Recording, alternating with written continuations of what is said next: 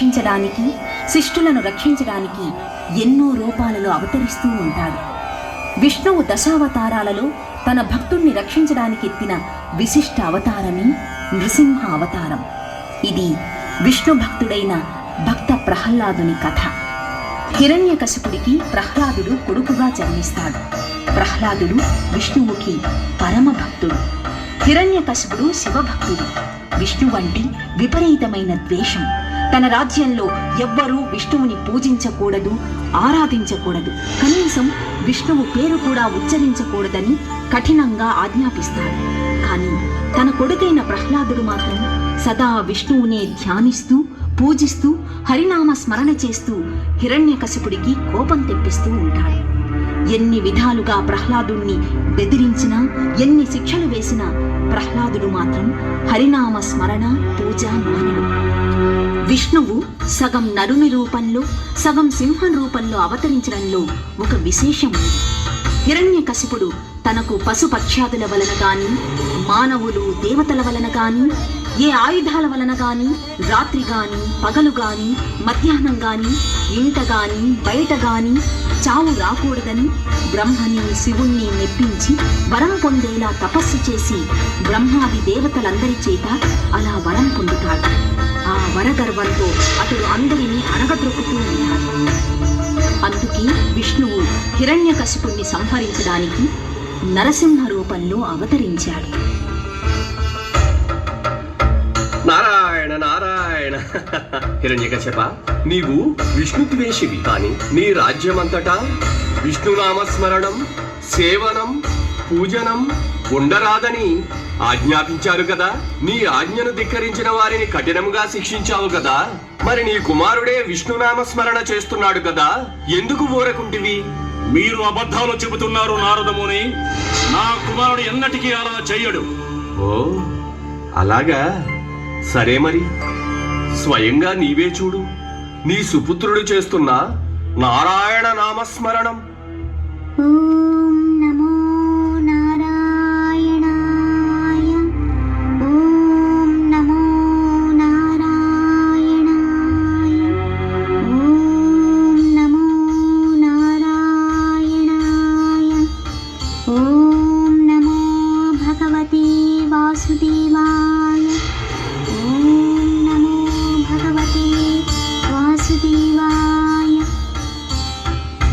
నారాయణ మంత్రం శ్రీమన్నారాయణ భజనం, నారాయణ మంత్రం శ్రీమన్నారాయణ భజనం, భవబంధాలు పారద్రోలి పరమున సంగే సాధనం, నారాయణ మంత్రం శ్రీమన్నారాయణ భజనం, నారాయణ మంత్రం శ్రీమన్నారాయణ భజనం.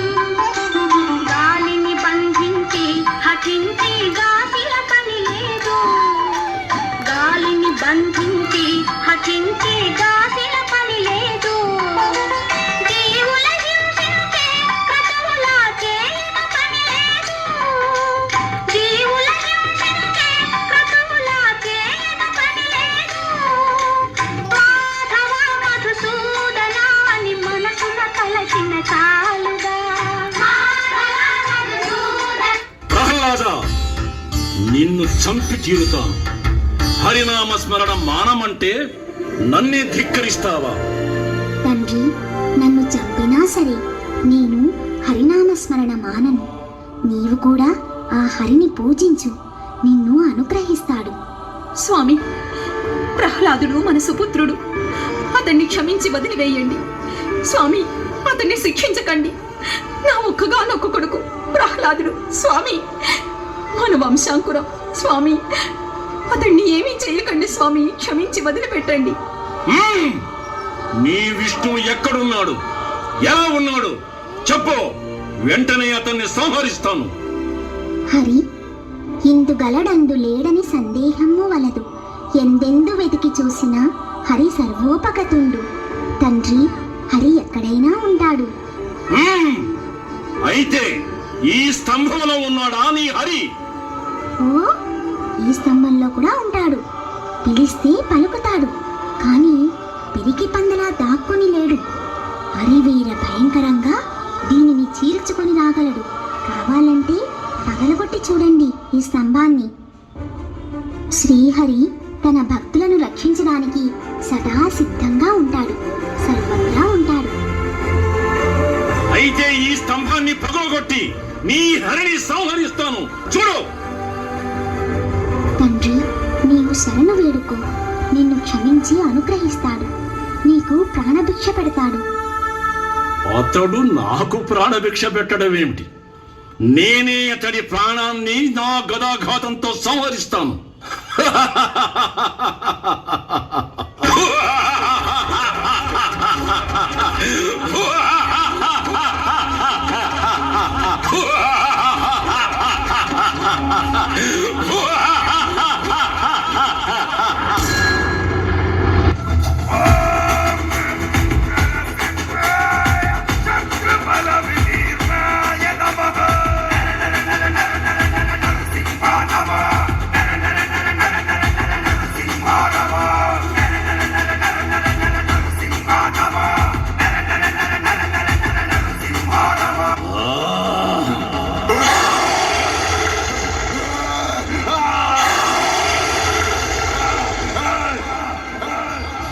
శాంతించు స్వామి, శాంతించు. నా తండ్రి గారికి మోక్షాన్ని ప్రసాదించు. ఓం నమో నారాయణాయ, ఓం నమో నారసింహాయ, ఓం నమో నారాయణాయ, ఓం నమో నారసింహాయ. ఈ విధంగా తన భక్తుణ్ణి రక్షించడానికి, దుష్టుడైన హిరణ్యకశిపుణ్ణి శిక్షించడానికి నరసింహ రూపంలో అవతరించాడు విష్ణువు. గోవింద గోవింద గోవింద గోవింద గోవింద గోవింద గోవింద గోవింద కళ్యాణ వెంకటేశ్వర గోవింద